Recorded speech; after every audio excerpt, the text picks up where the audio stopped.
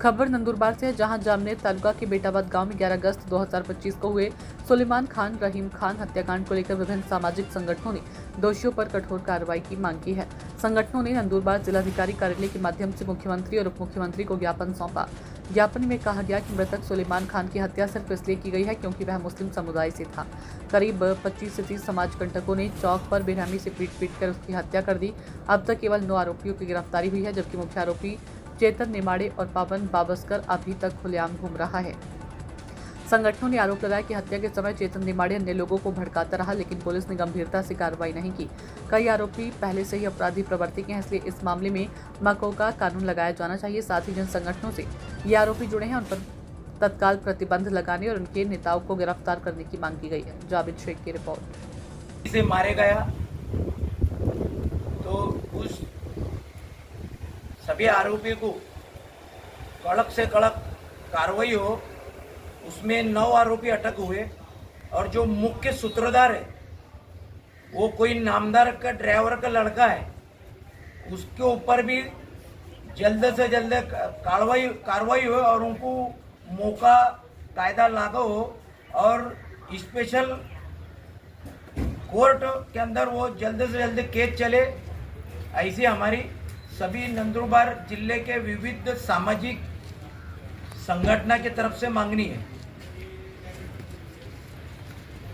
या ठिकाणी नंदुरबार जिल्ह्यातल्या तमाम जनसंघटनांच्या वतीनं आम्ही जिल्हाधिकाऱ्यांना निवेदन देण्यासाठी जमलेलो आहोत। हे निवेदन याच्यासाठी आहे की बेटावर तालुका शिंदखेडा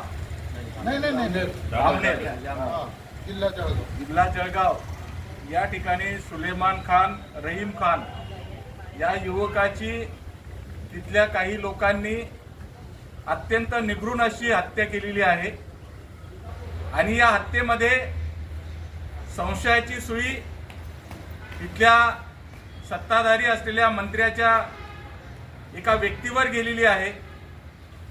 जळगाव जिल्ह्यामध्ये अशा पद्धतीचं हे दुसरं तिसरं हत्याकांड आम्ही समजतो, कारण जळगाव जिल्ह्यामध्ये एका आदिवासी तरुण पोराचाही भर दिवसा गोळीबार करून त्याला ठार मारण्यात आलं आणि ही जी घटना आहे ही घटना मॉब लिंचिंग जो देशामध्ये चाललेला प्रकार आहे त्याचाच हा प्रकार जळगाव जिल्ह्यामध्ये झालेला आहे।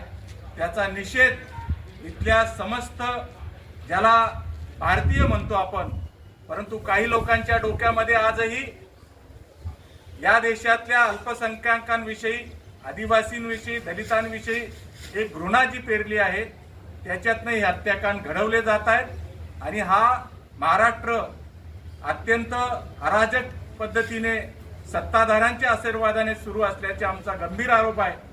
महाराष्ट्राचे गृहमंत्री आणि महाराष्ट्राचे मुख्यमंत्री यांनी या घटनेची विशेष दखल घेऊन SIT निर्माण झाली पाहिजे आणि ते आरोपी तात्काळ अटक झाले पाहिजेत अशी आमची सर्वांची मागणी आज जिल्हाधिकाऱ्यांना आम्ही दिलेली आहे नंदुरबार इथं आणि या मागणीची तात्काळ दखल घ्यावी अशी विनंती आम्ही सर्वांच्या वतीने आज या ठिकाणी करीत आहोत। या ठिकाणी सर्व विविध पक्षांचे, बहुजन समाज पार्टीचे, सदा जनसेवा फाउंडेशनचे, सामाजिक न्याय हक्क परिषद, OBC ऑर्गनायझेशन अशा तमाम संघटनांचे पदाधिकारी आज या ठिकाणी जमलेले आहोत आणि निवेदन दिलंय।